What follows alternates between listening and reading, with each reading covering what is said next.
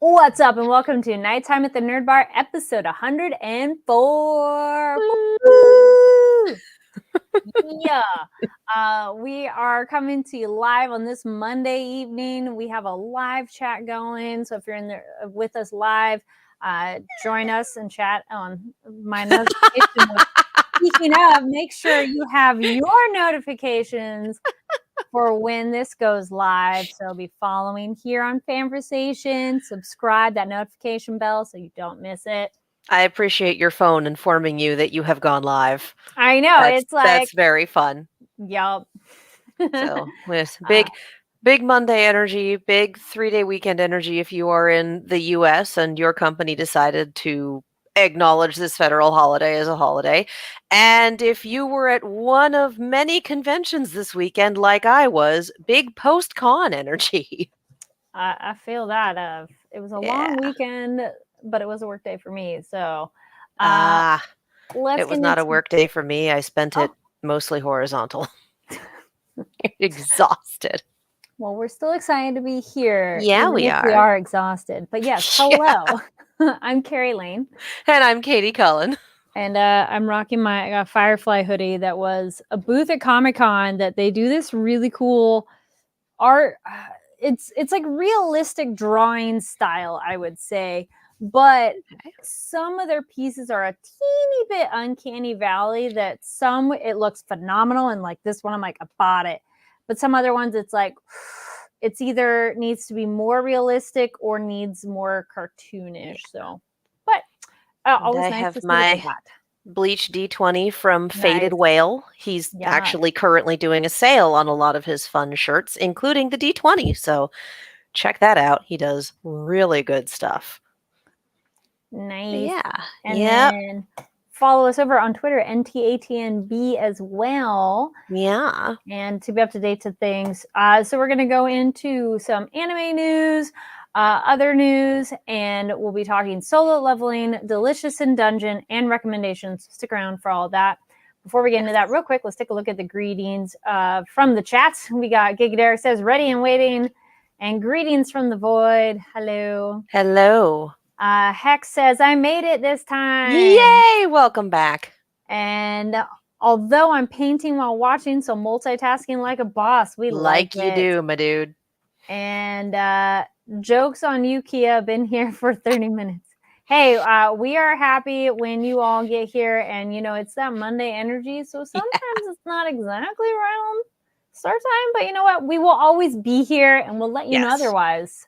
I think that was more him saying that he came prepared, so he would not miss it. Hey, I dig it. You know, I love it when people are here on time. But if you join us later, like watching this later, totally cool. Yes. If you're watching the VOD, we love you. If you're watching it live, we also love you. As it turns out, we love you. Exactly. All right, so let's get into some things we're excited about. First up, there we go. From Crunchyroll, Mob Psycho 103 limited edition Blu-ray set comes to Crunchyroll home video this May. Also, other titles coming to Blu-ray will be Dr. Stone, New World Part 1, Uzaki-chan Wants to Hang Out Season 2, and Blue Lock Part 2. So keep an eye out for that for May. And the other thing is, if you ever, Katie has talked about this before, but you can always get a pre-order. Buy it for that person in your life that's their birthday or something like that. And you can show them, be like, I got it for you. And then when it arrives, it's even better.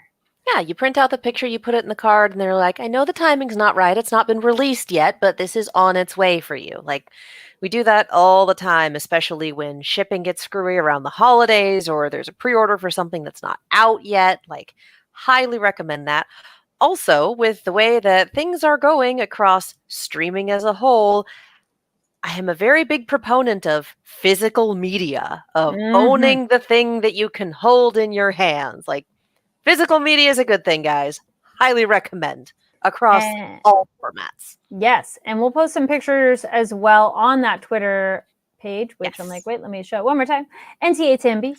And you can see all the cool stuff you get with the box sets. We have There's art. Ooh, with Mob Psycho, there is a keychain, which that's fun. I like Yeah. it. Spirits and Such consultation office keychain, art book, art cards, a sticker sheet, and there's special features. So that is another reason to get those box sets, because art books are pretty dope when you get Oh, those yeah. and the art cards. So There's always check just that out. fun stuff.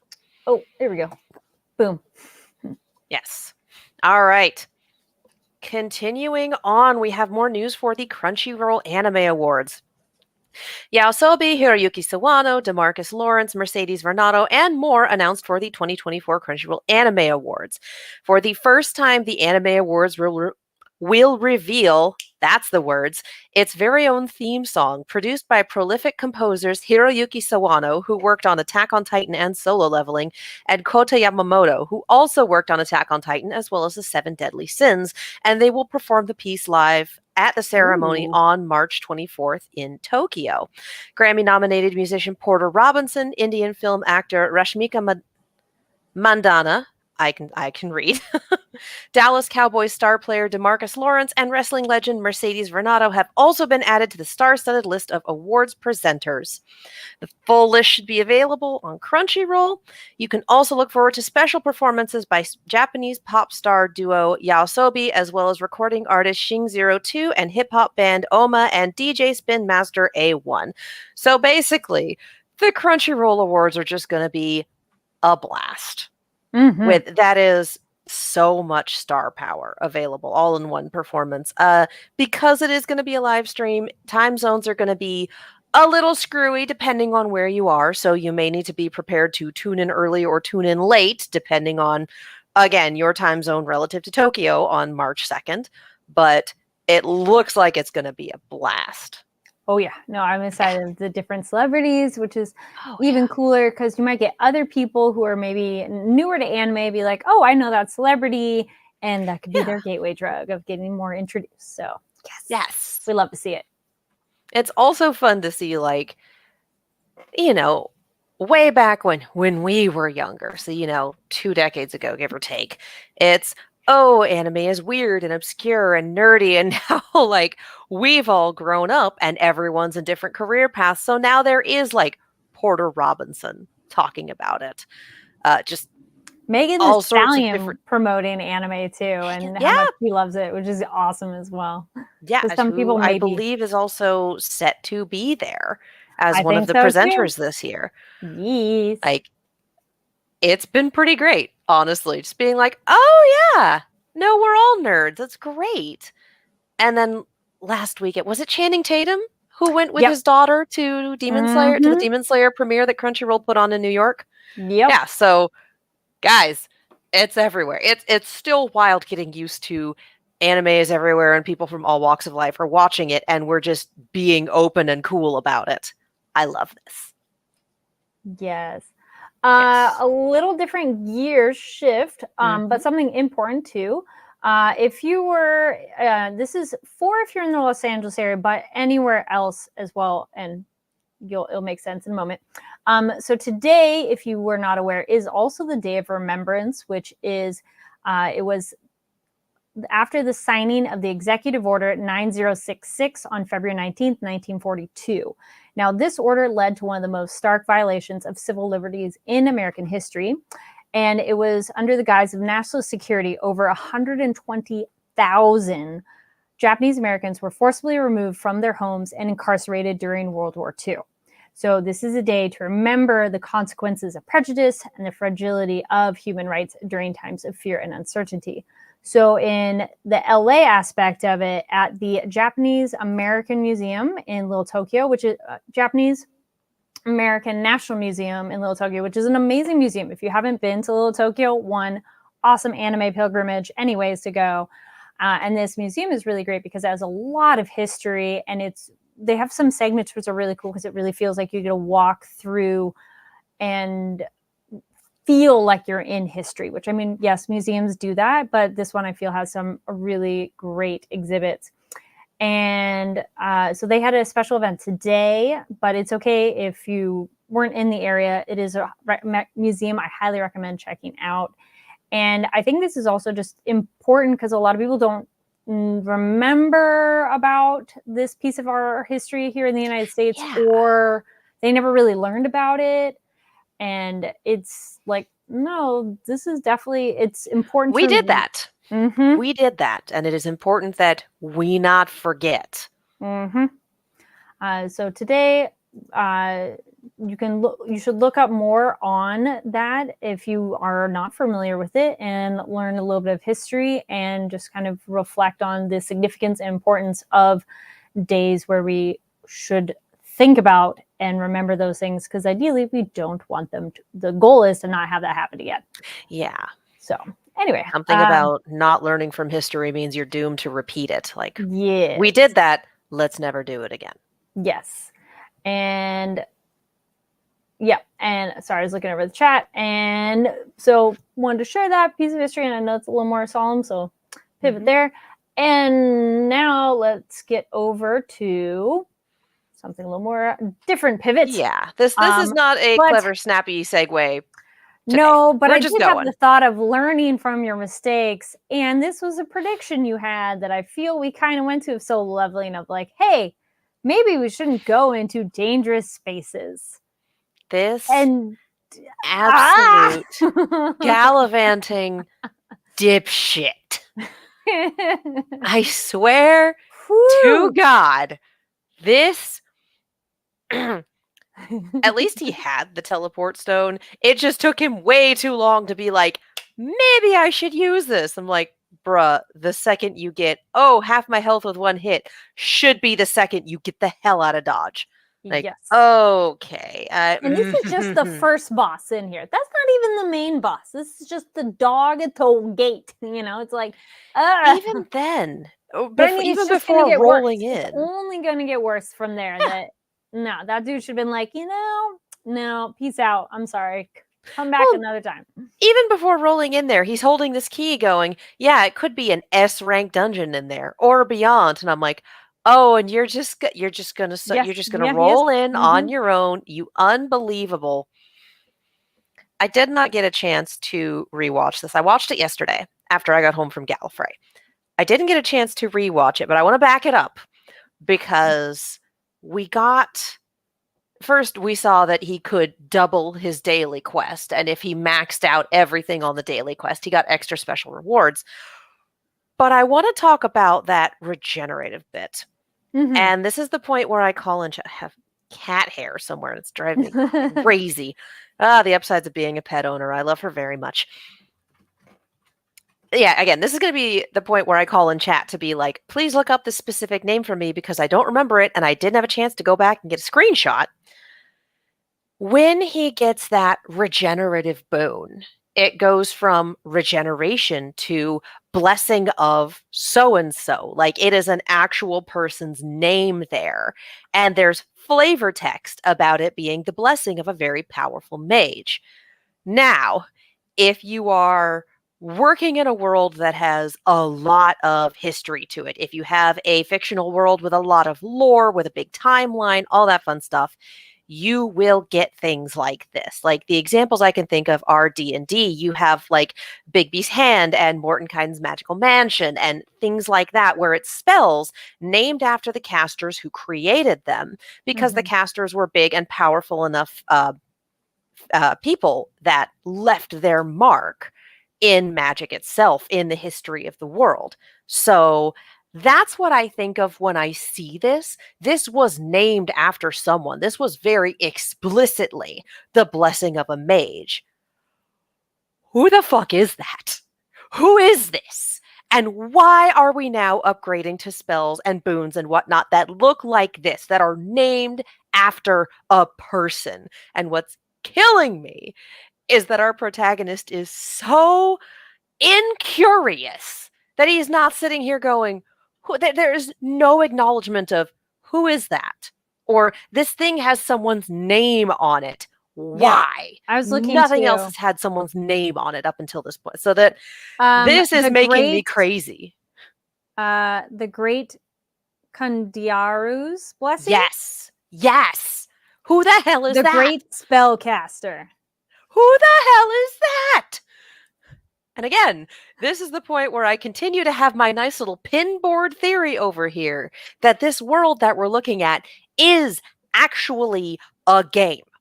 And I that like there is there's a someone Reddit on going, the does anybody know that? and that there is someone on the other side of this game, like not on the other side of the fourth wall as it were for us, but the other side of the fourth wall for them. That there's someone else pulling the strings, Yeah, someone I'm in like, charge here, I'm gonna someone stop looking. programmed this. Again, real big ending of Scrap Princess vibes here with that extra layer. So, thank you, Rab. Rob. I Yes, appreciate you. said working as I was looking too. Also, Yeah. real quick throwback, Gigadare goes, maybe if I run into this wall harder, Genu, probably. Yeah. Fucking Jinwoo, I swear to God. This man. So yeah, just the fact that this showed up, and for one, that Jinwoo is so unbelievably incurious about that when he's been so, what if I test this? What if I look at this? What if I try this? Like, this is what happens when you put nothing into your intelligence score, you dipshit.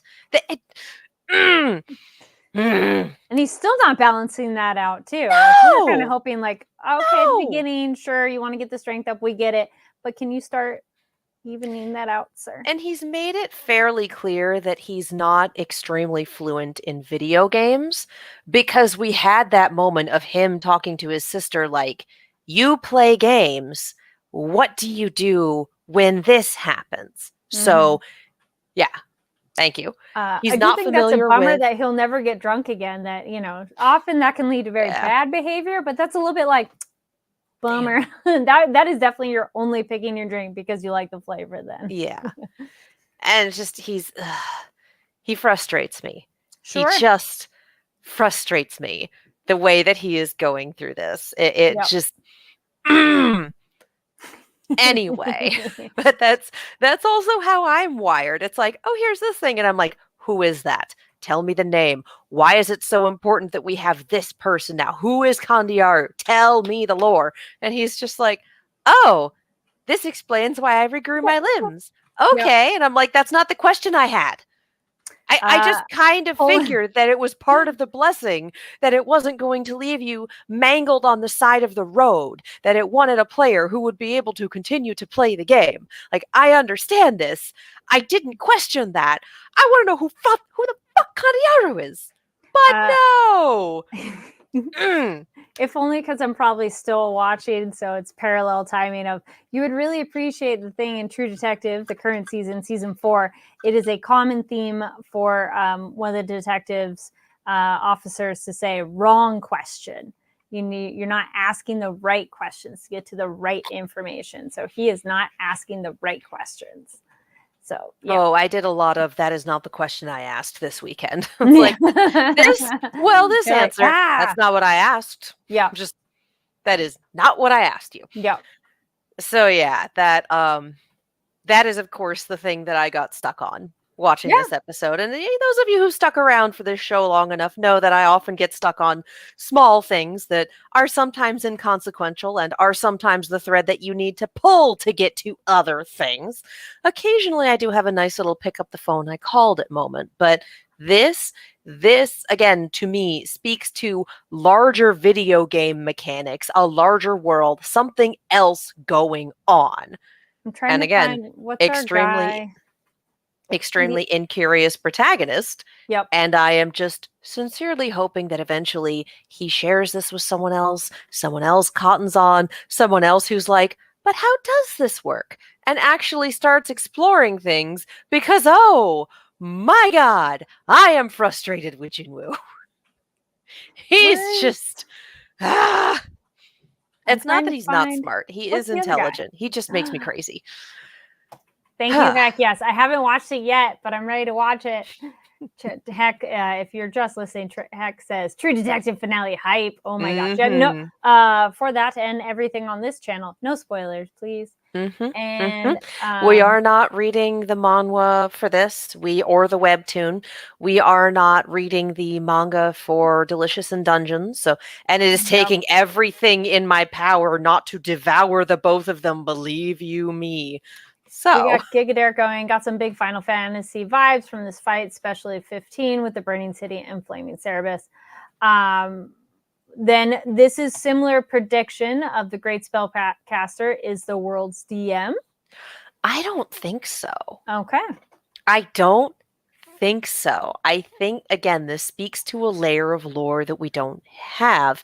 And if we are looking at this portal fantasy, gates are opening up, etc., I'm wondering if Kondiaru isn't in the same place that dungeons, monsters, monocrystals, etc. are coming from. The So- lore from a different world that's popping into this one. It says, neither am I. This is shooting in the dark. Hey, fair. Oh, yeah, We fair. like our crazy predictions. Yeah. No, I'm not sitting here going, you're wrong and you should feel bad. I'm going, I appreciate what you're saying. I don't agree with that, but I like it. You know, that is the difference. I'm not going to sit here and unless you tell me that 2 + 2 is 5, and then we're going to have a conversation.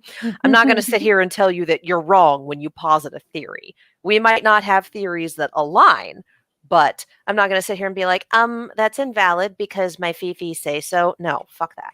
Please give us your theories. I love seeing them. I was like, oh, what's his name? So, I want to say it's Jinho. You are young Our boy. apprentice boy, and who's the greatest armor ever. I feel so thought, bad for this child. He's trying he so tried hard. so hard, and Yeah. gave it his best, and wants to establish a deal. And I thought that too. I'm like, maybe he might be helpful to have around to have like a cover, but maybe that might be later on. I don't think this character is gone. He's definitely going to be sticking around and come back another way. Yeah. Because, I mean, Jinwoo has met him twice. Once actually in the dungeon where he where murders nearly happened, and then murders did happen. Yes, he's our D-rank puppy. Yes. And we love him and we want to see more of him.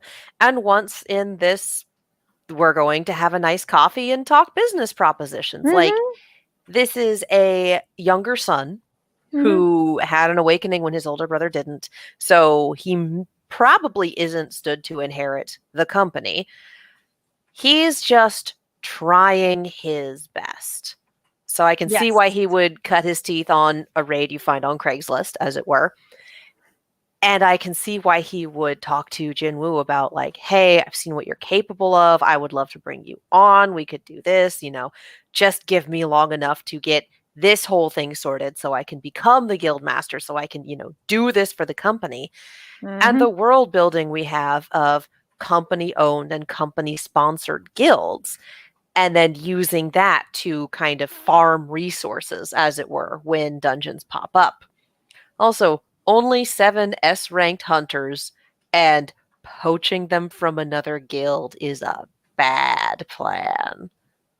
So that, again, I enjoy the politics of this. I enjoy the world building. I enjoy that they've actually thought out, like, how does this becoming a long-running phenomenon affect the world around it? The other bit of world building that I loved, and we got that when our dumbass protagonist decided to solo a dungeon by himself again. Maybe I'll hug another snake and see how that turns out. Yeah. Is that our cold open was considered a failure. That the bit that we saw at the very beginning 3 years ago with the legions of giant ants and whatnot, that we got the S-rank hunters on that island failed.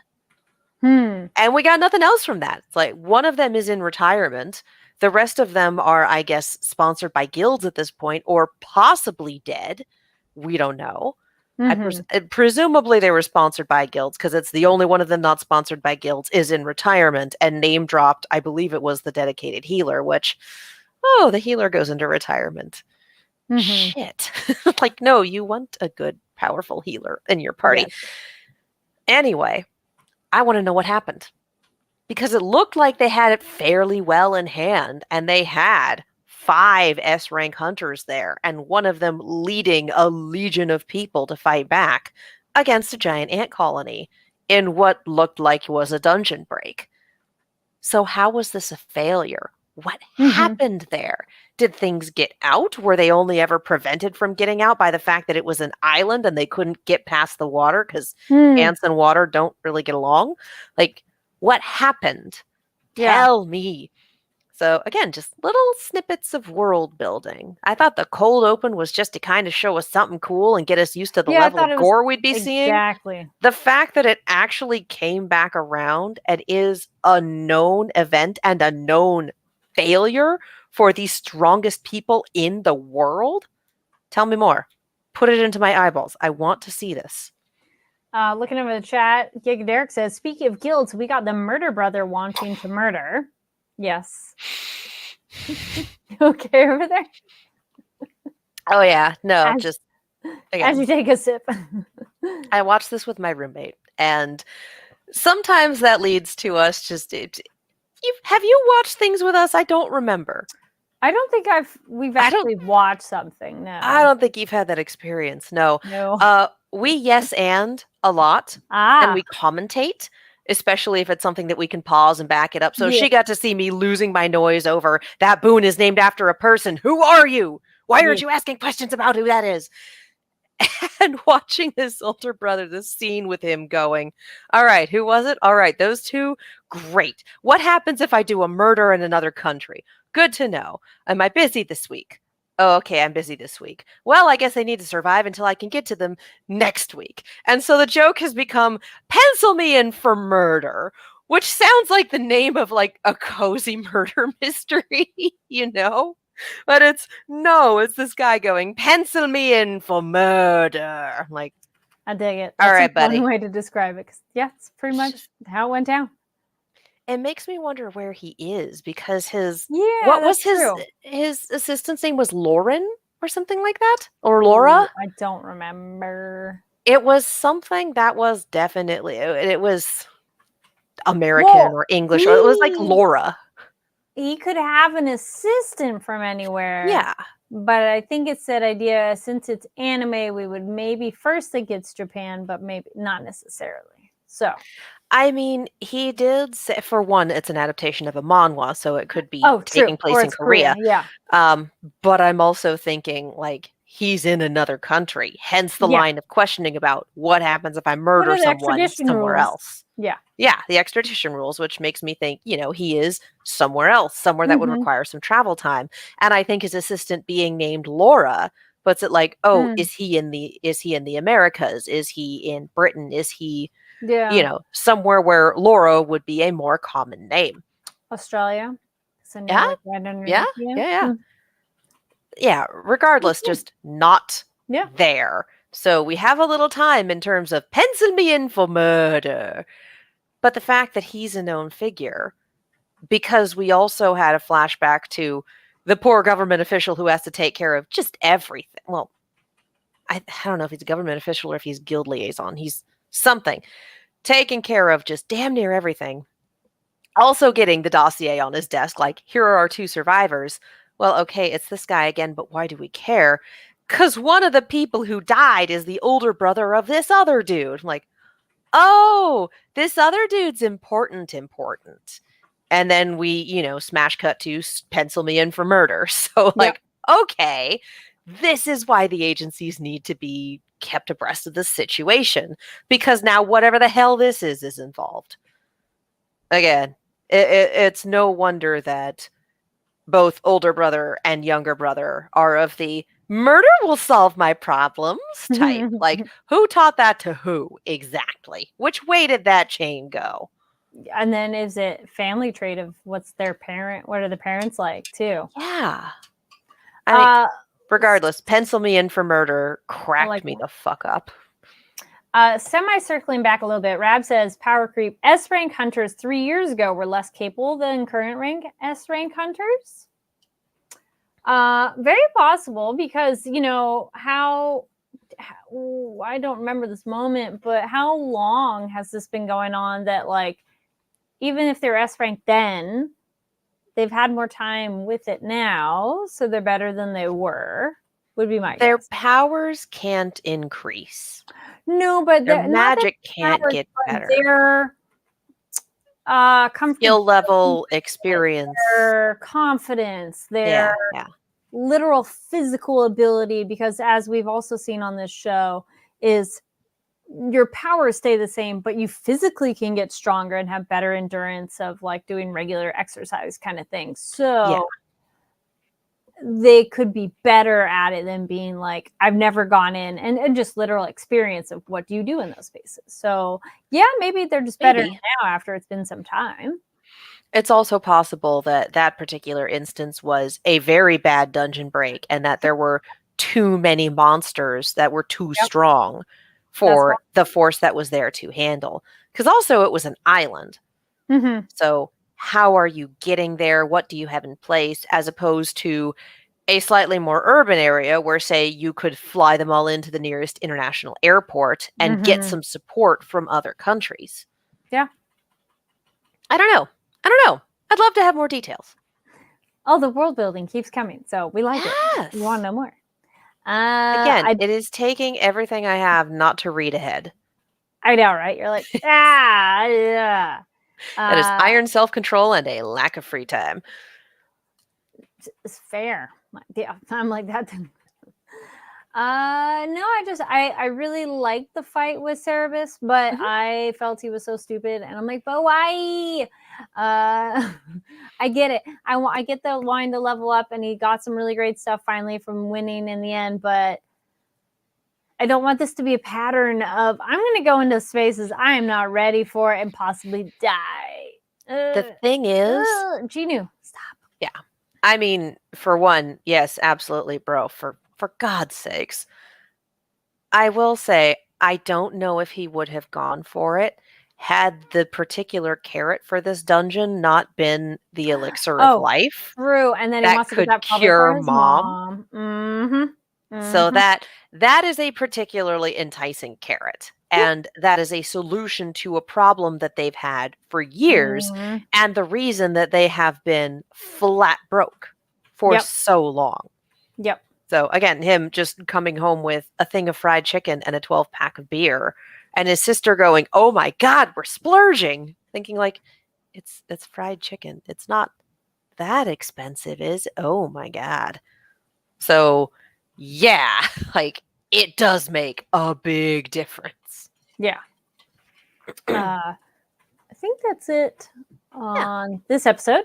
If there are other things that stood out to you in solo leveling, leave a comment down below. Oh yes, and Giga Derek says he got the recipe. Yes, he did get the elixir of life recipe at the end. We'll see how long still got to it takes go him to through the make castle for the ingredients. Which I don't think we ever answered the question about whether or not an instance dungeon disappears if you bail. True. Yeah, we don't know what know. happened. Well, because similar to the teleportation stone, I was thinking maybe that's why he doesn't want to use it, thinking if he exits, he's not allowed to come back in. Yeah. But I think his particular circumstance with the key, I want to say he could come back anytime until it's beaten. I would hope doesn't so. feel like a regular space, so we'll have to wait and see. Come back with a party next time, you gallivanting dipshit.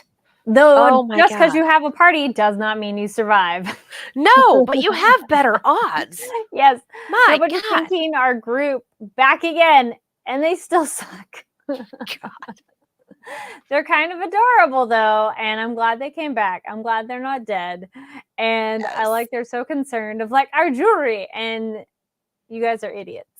And but the that's okay. corpse processors, the corpse gatherers, sowing discord because they get paid more if there are more corpses to gather. Like specifically playing the odds here when the other one goes, you know, it was coin insects. What are you doing? Yeah. Just damn the ill will. And then we see them later, and they're dead again in the water. And they did again. Literally dead in the water. I get the feeling that this is going to be a continuing thing, and it will continually be, it was this other group's fault. Because now, like, well, you've stolen their barley. Man. If we can talk about continuing bad decisions, we'll talk about Senshi for the first half of this episode. Because, he is a stubborn son of a gun. My goodness, yes. And very, very stubborn. Very magic is the wrong way to do it. And also very so into the ecosystem of the dungeon that not necessarily that he thinks he can be the sole person to maintain it, but like it will go on without you, my dude. Like you can keep people from upsetting it too badly, and you can do things to help, like killing the Kraken that's been upsetting things, but like you are not the sole steward. You are not the be all and end all. And you have a good understanding of things, but that does not mean you get everything. Just because the golems work well for you doesn't mean they're not going to attack you, and doesn't mean that everything else works the same way. The Kelpie. The fucking Kelpie. For those not as familiar, Kelpies are Irish Fae. And if you are not familiar with Irish mythology, and especially Irish Fae, they don't care and you don't fuck with them. It's very big, like roads were built around fairy circles instead of through them because you don't mess with it.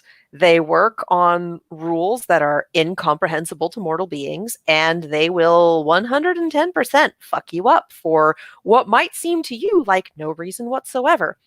Kelpies look like normal horses that are just out in the bog or whatever, and they're sticky. So if you try to, tame a horse or ride it or whatever, you touch a Kelpie and it will just drag you down under the water, drown you, and eat you. Like, that is what Kelpies do. And they're Irish Fae and they don't give a fuck. Like that. So the second it's like, oh yeah, it's a Kelpie. She's been here hanging out. I've named her Anne. We're friends. Like, no, you are not friends. That is a Kelpie. Their whole thing is to be beautiful and charismatic so that you'll get stuck to them and die. Yes. So Rab says Kelpie supernature's drowning machines. Yes. Oh my God, yes. Yeah, that along is what with our mermaids, which I our loved. fishmen. So I appreciate Laios, who loves monsters, wants to interact with them, knows so much about them, drawing his sword on the Kelpie and going, you cannot trust it. Yeah. This is what Kelpies do. And the fact that it's Laios, who is always so, oh, they're man-eating plants. Oh, it's a new kind of who's always just super in it. The fact that that is his reaction, like, Senshi, I know you've only been with these people for like 3 days, but I feel like that should tell you something. Like, that should be an indicator of the danger level with Anne. And he's just like, nah, I got this. And then 2 steps in, he no longer got this. Like, Derek says, so much murder danger this week. Yes. Yes.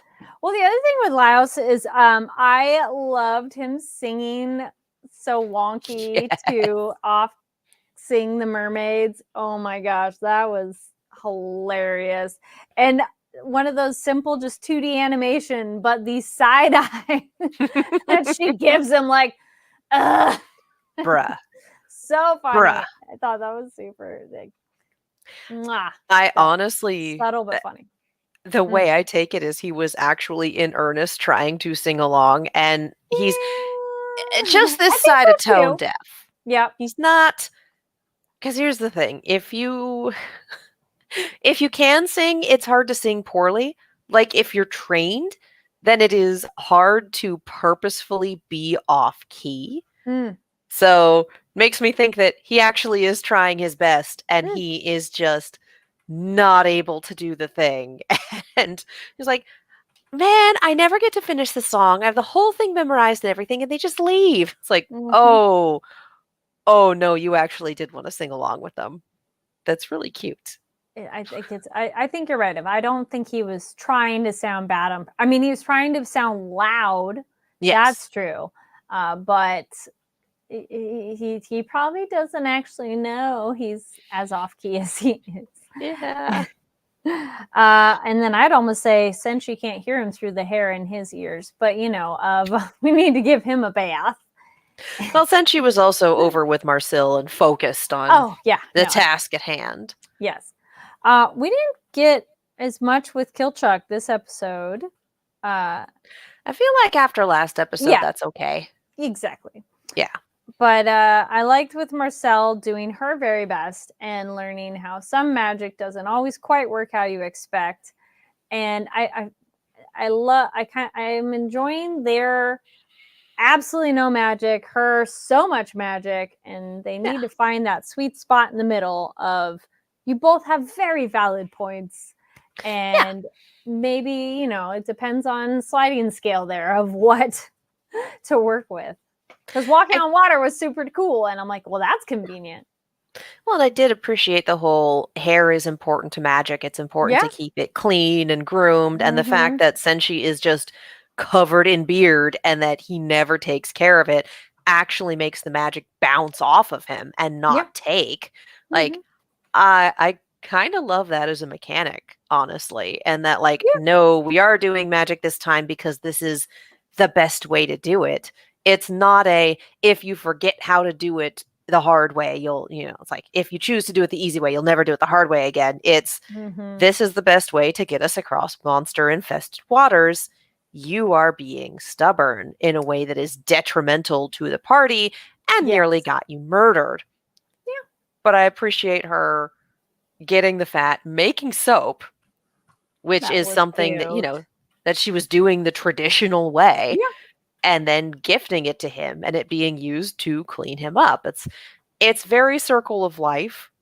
Mm-hmm. And it's also just like, this is a thing that I made you. I didn't magic it up. I made it for you for the next time you need to use it. Okay, I was gonna say the other thing. Let's talk about their food because we've had so many levels of ick. But eating the parasite and getting parasites, I think, topped anything we've done so far. Oh my God. Ugh. Oh my Nope, that was God. all kinds of nope, nope, nope, nope, nope. Ugh. I one time have cooked, was getting ready to cook like a rockfish or something, bought it from a grocery store, never had issues. Get home and there is a little like squiggly something. I'm all and toss it and went back and was like, yo, I need a refund. There was a critter in there. And so this so much. I'm like, Laos, I understand. I understand you're hungry. Yo, no, only And I thing mean, I'd maybe ever eat uncooked is like sushi from a very reputable restaurant. mhm. So this is all kinds of nope, nope, nope, nope, nope, nope, Yeah. nope. And that is the sort of thing that happens even in farm fishing. Like things get through. It happens. There are fewer parasites in people nowadays just because of health standards and antibiotics and whatnot, but like it's a part of And we life. cook It's a part of the everything. ecosystem. Most Sometimes you'll everything. find it in your fish from Trader Joe's or you'll find Mm-hmm. it wherever. Like it happens.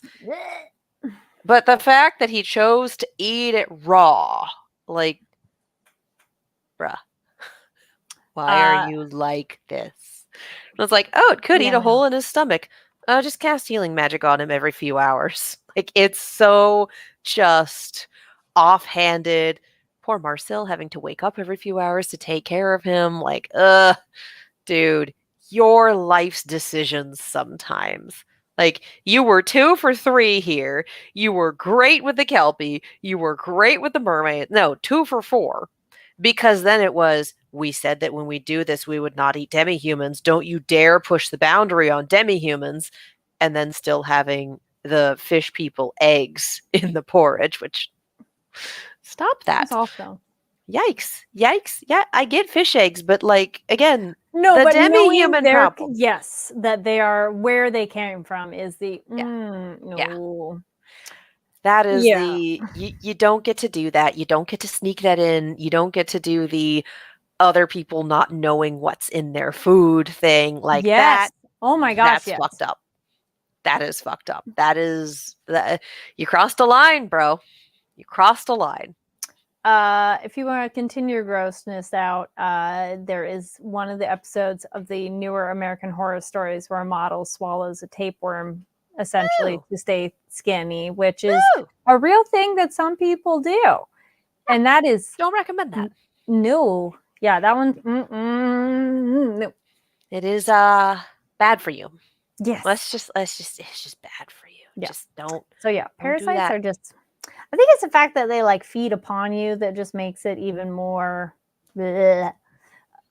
Yeah, it's like, 'Cause- oh, you're not supposed to be in the stomach biome. We got plenty of stuff living in there. Let's be real. But like, you're not supposed to be there. You are an invasive species. You gotta go. Yikes. But yeah, no, eating the parasite would have been problem enough. Eating it raw was just like karmic Rob says, retribution. "Welcome to dinner, seating the Donner Party table." Or When I was thinking like season 3 of The table Walking Dead. table at 2. Yeah. Yeah. I was thinking like season 3 of The Walking Dead, whatever that place is called, where they're like, yeah, we got barbecue. Oh. And it's not barbecue. Mm-hmm. That's in the game too. You try to Oh, yeah. stop somebody else from eating it. Yeah, when they figure out. That is a staple in nowadays, at least in zombie media, is Yes. like, oh, we found meat. Is it people? You don't know. Yeah. Real big Sweeney Terminal. Terminal. Thank you. Yeah. I remember being at Comic-Con when that was airing, and they had a big like welcome to Terminal banner, and they were serving barbecue. I did not go because I was doing other things, but I'm sitting here going, oh, it's a Walking Dead installation and they're serving barbecue? Oh, in the show, it's people, isn't it? Lo and behold, in the show, it was definitely people. Z Nation had a people thing, I think just once or twice. It was not a big thing. I feel Early this also a first classic season. sci-fi film too. And if you don't know that reference, you got some old homework to do. But So it's Soylent Green. yep. Silent Green, the Twilight Zone episode of To Serve Man, and just there's Ooh, I don't is know if I it saw that people? one. Really? The whole Mhm. it's a cookbook bit? Really? I'm like, hold on, I don't know. Ah, okay. Yeah. No, the whole eating people, serving people, etc. Like that. Mhm. Sweeney Todd, you know. Yeah, we are not Good classic unaccustomed. there too. Yeah, it's like we are not unaccustomed to It's always cannibalism. cannibalism. Yeah. Always cannibal. Yeah, we're not unaccustomed to cannibalism in media. Yeah. It's just one of those things where it's like there is an extra level of these are people who trust you, and you crossed a line that you said you would not. And it's like Yes. it's fine. It's the more fish half and their eggs. I'm like, it's Yeah. not fine. Yeah. It's not fine. It's not fine. Yes. Stop that. And again, it was played more for jokes than Yeah. active malice. And I doubt that's going to be something we really come back to in any sort of yikes fashion. But it does need to be addressed. Like, don't do this. I'm just curious to eating the eggs. Yeah, Baby Yoda did too. Yes, ate the eggs. That was his own decision, though. Grogu do what Grogu wants. Grogu's old enough to know. Yes. Yeah, no, I'm liking our heroes progressing further into the dungeon, and the fact that they're able to eat their surroundings and stuff is the only way they're really able to survive and go this deep in there. And I'm just curious to see how much further they still have to go, because there was that question. They're like, well, how far did you guys get before, and how did you do it before? And we'll see how quickly they're able to move along and get to where they're trying to go. Because and I mean, we're on a timetable, and I don't feel they're going that fast. They did get pretty far down to find the red dragon. There was also the conversation about, okay, well, it doesn't take very long to digest someone. Okay, but the dragon wakes up to eat and then goes back to sleep, and your digestion slows down when you're sleeping. So the timetable has been extended somewhat. Yeah. Yeah, so it's not quite as, oh no, as like, we have a week. I think they're closer to, we have a month. But, you lose time when one of your guys is down with a parasite. That's his fault. Lios. Yep. Just like that decision was not a good one. Derek also said it too. Yep. If there are other moments that stood out to you, let us know your thoughts down below for Delicious in Dungeon. I just wanted to yell about Kelpies for a while. Sure. And we didn't see him, but the other one I do like in that folklore is Selkies. Selkies are great. And different kind of mermaid though. But I liked the addition of the different creatures we're getting, because they're interesting and weird, but also familiar at the same time. So it's kind of like, all right, let's see what they do next. Yeah. All right. So then now we're going to get over to where to go. Stuff you should check out. So these Yay. are things we're watching, doing, reading, whatever that we think you should check out. Okay, yes. I did. Yeah, I was like, what did I do and watch and things? So many things. Yes, so many things. Well, one, I think I might have mentioned it, but now the interview's going to be raised soon. I watched Queen of Bones, which was at a film festival. So that's a one problem with some film festival things is they might take longer to get out to you. I might have mentioned it last week. Yes, it was. It is a spooky-esque folktale told during the Depression era, which was really kind of interesting because I haven't seen many horror movies set in that time period. So I thought that was pretty darn cool. And I got to speak with the director.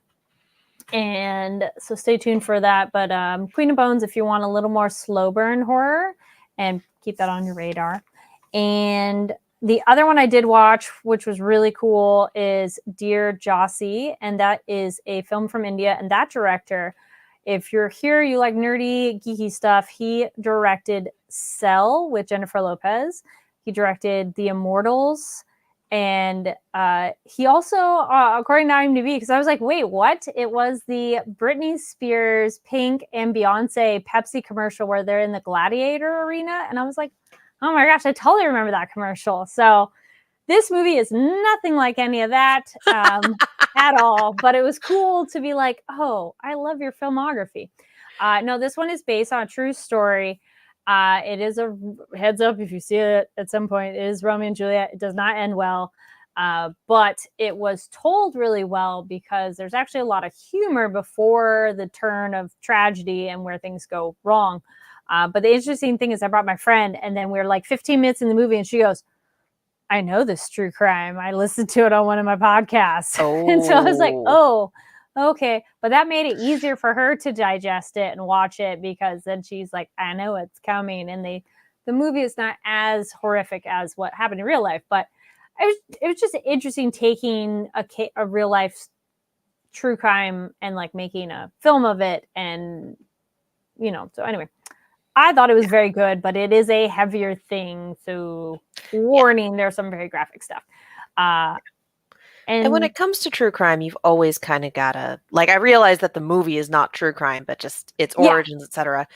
You have to be respectful of people. You cannot treat people's lives like fiction. No, I think they this do is generally job speaking. Yeah. Mm-hmm. Yeah. This is generally speaking. That's not a knock against you or the director or anyone. I'm just having been in true crime fandom, you gotta chill.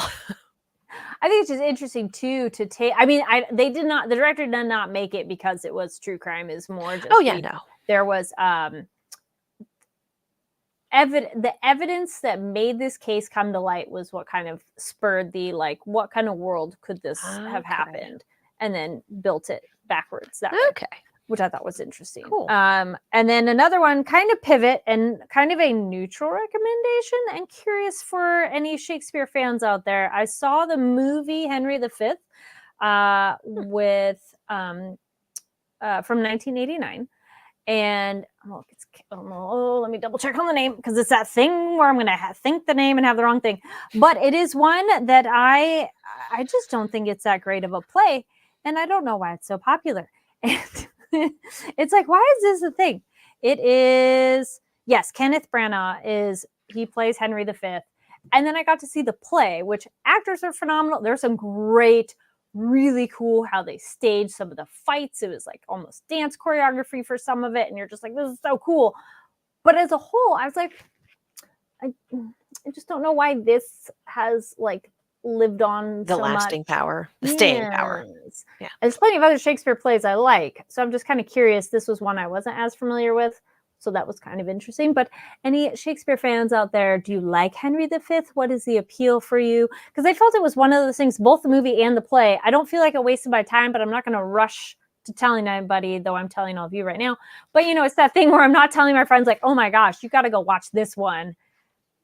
Yeah. So let me know your thoughts down below. And if you have a favorite Shakespeare play, movie, or live action production, let me know. And yeah. But those are my recommendations. All right. I having just come back from Gallifrey 1, which is the Doctor Who convention on my coast. If you had watched Doctor Who before and then fallen out of it for whatever reason, cast change, director or showrunner change, etc., like I did, I've started watching with 9, as you do when you hop in for New Who, and fell out about 5 episodes into 11 because I was just not impressed at all. Hmm. This new holiday specials on Disney Plus Mwah. are Mm. amazing. If you Yes. liked the Russell T Davies era, if you liked 9 and 10, and you kind of fell out a little bit, Davies is back, bringing David Tennant and Catherine Tate back. So we have Dr. Donna back for a few specials, and it is so good. It is definitely bringing that Davies magic back, just the way that he approaches the world, the way that he approaches stories. Mhm. We got one special kind of hopping back in, like, okay, this is what we're doing. Okay, we're getting reacquainted. Okay, we're hitting the ground running. All right, this is a nice one. And then the next 2 episodes were straight up horror stories with a lot of body horror. Like, wow, we got a little dark there, didn't we? If you've ever wanted to see Neil Patrick Harris play a scenery chewing villain, he Mhm. is fucking phenomenal as the toy maker in the 3rd special. And then the end of the 3rd special, going in the 4th one, introduces us to the 15th Doctor, played by Ncuti Gatwa, Mm. who is amazing. Yes. Oh my Love God. that energy. Oh my God. Like, just watching that man go. First of all, playing off of David Tennant in his introduction, which is, Mm. I would imagine, not an easy thing to do when you have to forge your own identity as the Doctor going forward. And then having his own special, watching him go, watching him with the new companion, just watching them all. Oh my God. I am in for how many seasons of 15th Doctor we get. I am in for Ncuti. I am in for, I only watched the episode once and it was 2 weeks ago. I don't remember her name, the new companion, but I love her. She's wonderful. I love it. I love it. It's fantastic. The Davies magic has returned. Again, not every episode is a banger, but that's the same for every season of Doctor Who. Some of them are going to be phenomenal, and some of them are going to be like, this occurred.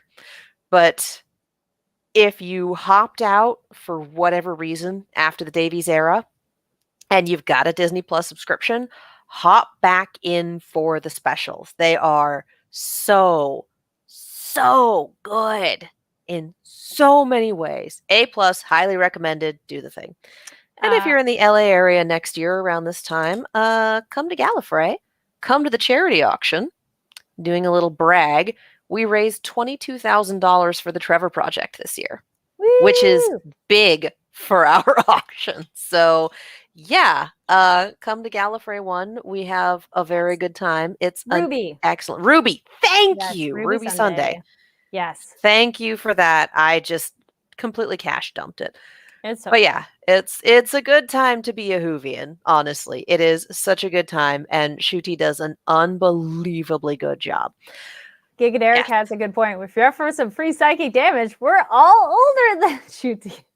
I know. But it's funny when I'm pretty sure most of us, when we started Doctor Who, we're probably younger than the doctors are, and now it's but now that's okay though. It is phenomenal, but it was funny. I'm not about to be fussed about it, honestly. No. I'm 35. I'm older than a lot of actors and a lot of people I watch. Oh, Untitled, you got to get back in. It is agreed. So it's good. Amazing. It's Loved it. So good. Yes. Like I fell out on, I have been not quite lovingly referring to the Matt Smith episode. I think it's like his first season, episode 5, as a Power Rangers Dalek Force, where we got all the multicolored Daleks coming back in, and I was just, by the end of that, I went, and we're done. I don't care. I have capital O opinions on Stephen Moffat as a showrunner, so that's a whole other. There's an H-Bomber Guy video about Sherlock that sums it up extremely well and is a fantastic watch. That we're just not going to talk about Moffat. Davies is back. The magic is back. Brand new Doctor doing an amazing job. Some kind of messed up episodes, which I really did enjoy.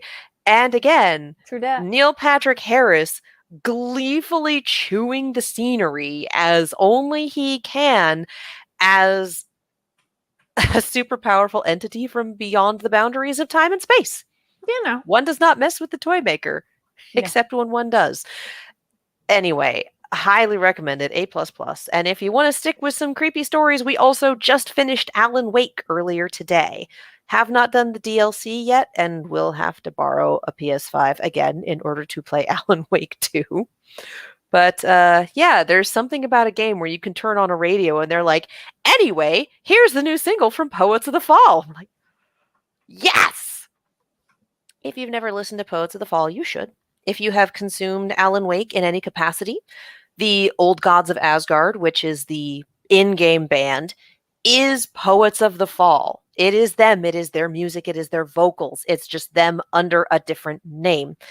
So if you've seen the banger of a song from Alan Wake 2, if you saw the performance at the Game Awards, that's Poets of the Fall. They are a, I believe, Finnish rock band who's been around for decades. And everyone should listen to them because their breadth of music is amazing. And they are one of the best bands I've ever seen at taking a feeling and translating it into words and music. It is, it's a very difficult thing to do. And it's a very difficult thing to explain, but they are extremely good at it. Yep, Control is also on the list. But yeah, so Poets of the Fall, if you need like 3 songs to get you into it, always, always, always listen to Locking Up the Sun. That's the one that got me into it. And that is the, yes, Carnival of Rust is the other one I was going to go for. I was going to say Locking Up the Sun, Carnival of Rust, and My Dark Disquiet are the ones that I would recommend. And if you are into any shonen media, anything with a protagonist you want to get behind, anything, Locking Up the Sun, just sit there, listen to it, and think of your favorite whatever, and odds are it fits. Just put that song in your ears. Tell me I'm wrong. You can't. Anyway, all right. Highly recommend Poets of the Fall. Like, you really can't go wrong with them. And where everybody can continue the discussion with us online of other recommendations and things. One, check out NTATMB over on Twitter. Make sure you're following here on Fanversation, giving the video a thumbs up, subscribe, and that notification bell. There's a lot of things coming your way, which I'll get to momentarily. But Katie, where can people find you? You can follow me all over the social medias, as well as on YouTube and Twitch at Kiaxet. That is Kiaxet.